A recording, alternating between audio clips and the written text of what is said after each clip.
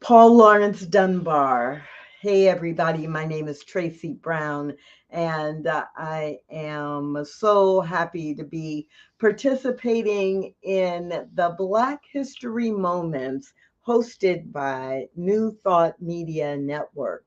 And I am really delighted to introduce to some of you and remind others of you about the amazing poet Paul Lawrence Dunbar. Paul Lawrence Dunbar was born in 1872. His parents had both been enslaved.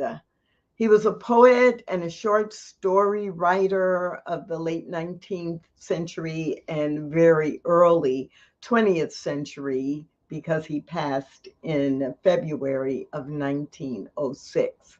Born in Dayton, Ohio, he was writing short stories and verse even as a child.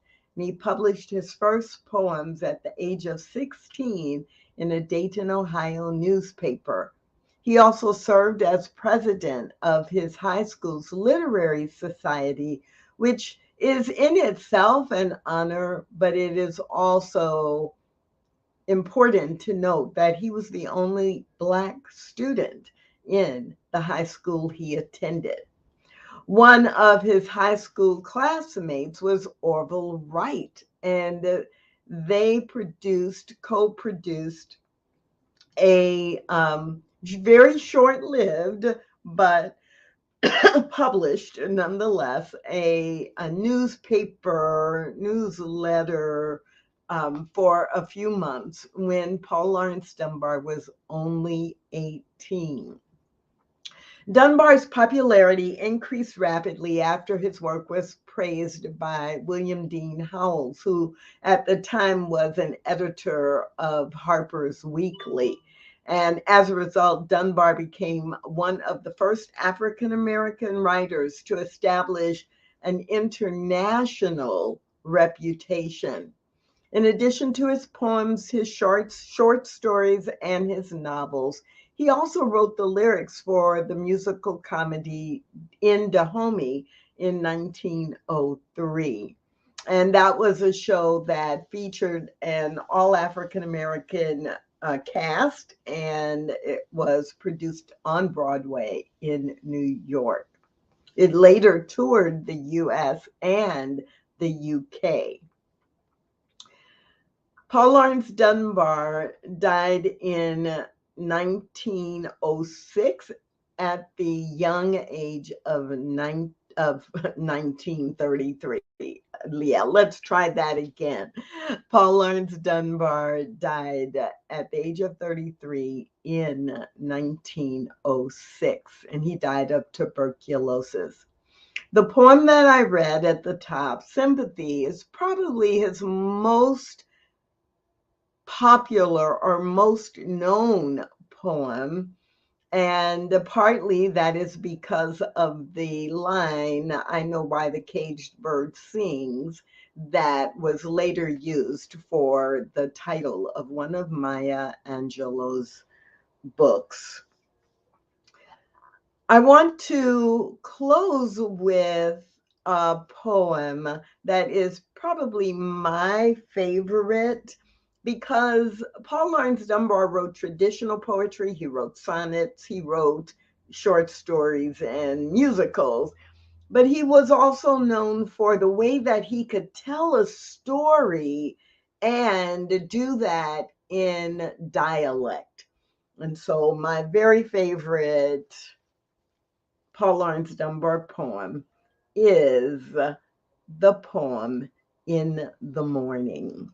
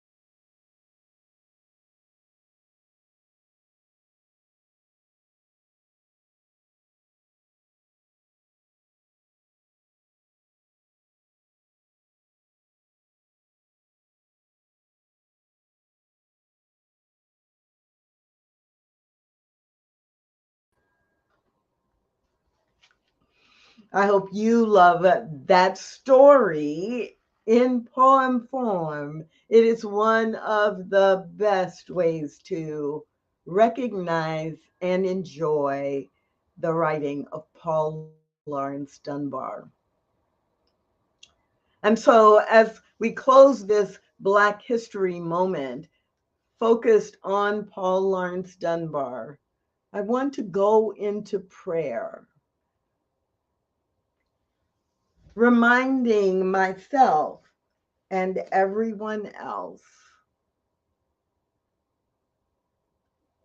that now is the time, and we are the people, to recognize the beauty and the talent of all. So please join me in prayer. I pray right now, reminding myself and being very much aware that there is only one life, one God, one presence. And that one God, that one life, that one presence is the creator of all life. My life, Paul Laurence Dunbar's life, and the life of everyone within the sound of my voice. And for that, I am grateful.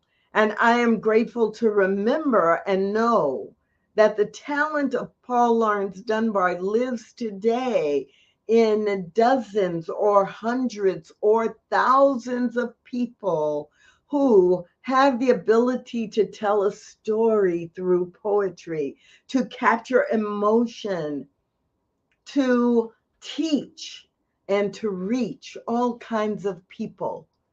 And so I claim and declare that race and ethnicity are not barriers to recognizing and rewarding and enjoying the talent that is available to the world through individual people who are creative, smart, and able to communicate through words. This is true for every profession and every walk of life, not just poetry. And so I demand that all of humanity seeks out the talent, builds bridges across racial and ethnic lines, and that now is the time to move forward with gratitude for all the ways that God shows up. I release this into the flow of perfect spiritual activity, knowing it is actually already done in universal mind, and I let it be. And I invite you to join me in affirming this by saying Amen, Ashe, and so it is.